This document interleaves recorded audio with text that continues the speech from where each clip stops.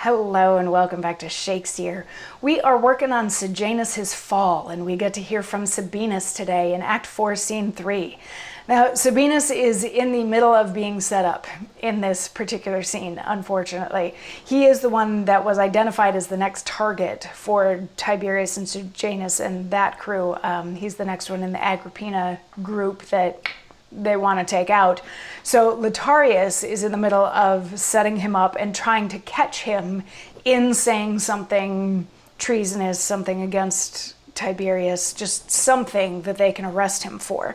So Lotarius has placed Opsius and Rufus like behind a curtain or in a cabinet or something over there, while he then brought in Sabinus and starts talking to him as if they're friends and as if they're on the same side, talking about sort of the state of things, and this is a difficult world to live in, and like, yeah, nowhere's safe anymore, and the things that we write, people are misconstruing, and all of that.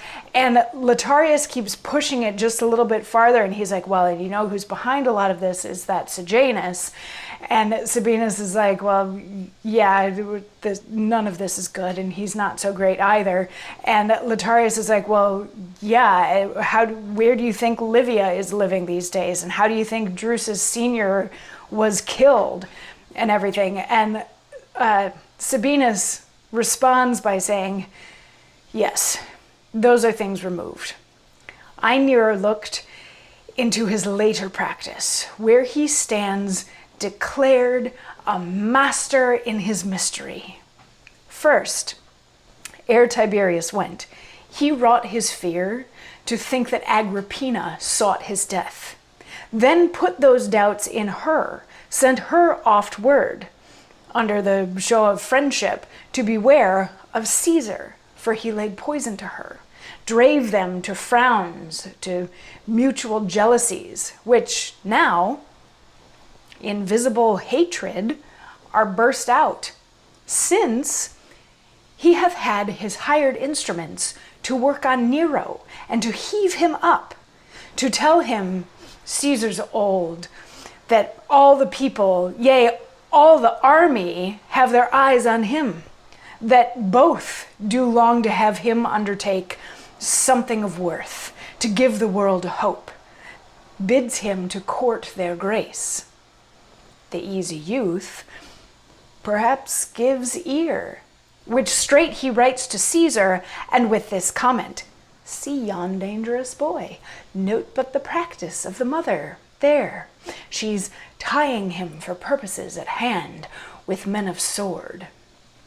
Here's Caesar put in fright 'gainst son and mother. Yet he leaves not thus. The second brother, Drusus, a fierce nature and fitter for his snares, because ambitious and full of envy, him he clasps and hugs, poisons with praise, tells him what hearts he wears, how bright he stands in popular expectance, that Rome doth suffer with him in the wrong his mother does him by preferring Nero. Thus he sets them asunder, each 'gainst other, projects the course that serves him to condemn, keeps in opinion of a friend to all, and all drives on to ruin. So this is a monologue wherein Sabinus is acknowledging exactly how much of a puppet master Sejanus is. And he is. We the audience have gotten to see that before, but here Sabinus is laying out just exactly what he's doing and how he's doing it and how brilliant it is. He's like, Livia living with him and Drusus Senior being poisoned, that's old news. Like before Tiberius even left, he was telling Tiberius that Agrippina wanted to kill him. And then he was coming back and telling Agrippina that Caesar wanted to get rid of her. So the two of them then become afraid of each other and fearful of each other and what's going to happen there. And that tension bubble is about to burst. And then he's like, and then he takes Nero and he tells him that he's destined for great things and that Tiberius is getting old and the people are also ready for Nero to like step up and become the next emperor. And Nero is young and impressionable, so maybe at some point he's like, yeah, maybe it is time for me to be emperor, which Sejanus then immediately writes to Tiberius about that and says, look, be cautious of this kid. He wants to take your job. He wants to overthrow you, so watch your back. So now he's got Tiberius afraid of both Agrippina and Nero, but he's like, he doesn't stop there. He also is messing with Drusus Jr. by telling Drusus Jr. that he's wonderful, that he's great, and that Rome is doing him a massive disservice by agreeing that Agrippina should be backing Nero's claim to become the emperor. He's like, technically you should be the emperor next, and that would make more sense for you to be the emperor next as opposed to Nero, and this is a big disservice that your mother is doing by preferring Nero over you, and all of Rome feels that disservice too.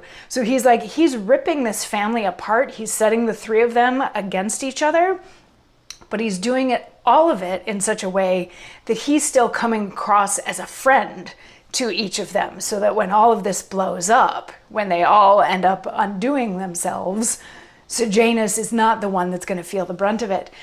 And Lotarius responds by saying something along the lines of, Caesar sleeps, and nods at this. So it's like Caesar isn't really paying attention to this. He's sort of oblivious to it. He's nodding and he's going along with it. He's not trying to stop any of it. And Sabinus says, yeah, like if only he could sleep forever, him and his horrible lusts. At which point, because now Sabinus has called the emperor lustful and wished that he would sleep forever, which could be a wish that he were dead. So now Opsius and Rufus come out from behind the thing and they're like, oh, you're a traitor. How can you say such things about our glorious emperor? And Sabinus catches on pretty fast that he's been set up in this whole thing. He's like, oh, this is how this is gonna go. Okay, yeah, you guys are worms. And they're like, get him out of here, take him away, cover his face as you parade him through the streets to be arrested. He's like, no need to cover my face. Everybody knew that this was coming. So yeah, let's show everybody what happens to those who dissent against Tiberius and Sejanus, and like specifically Sejanus. And that's the end of Act 4, Scene 3. So more fun political stuff coming up. And we're seeing perhaps another trial. I'm seeing perhaps more people falling. But the question is, when will it be Sejanus who falls? Come on back tomorrow for more and we'll find out. Mwah.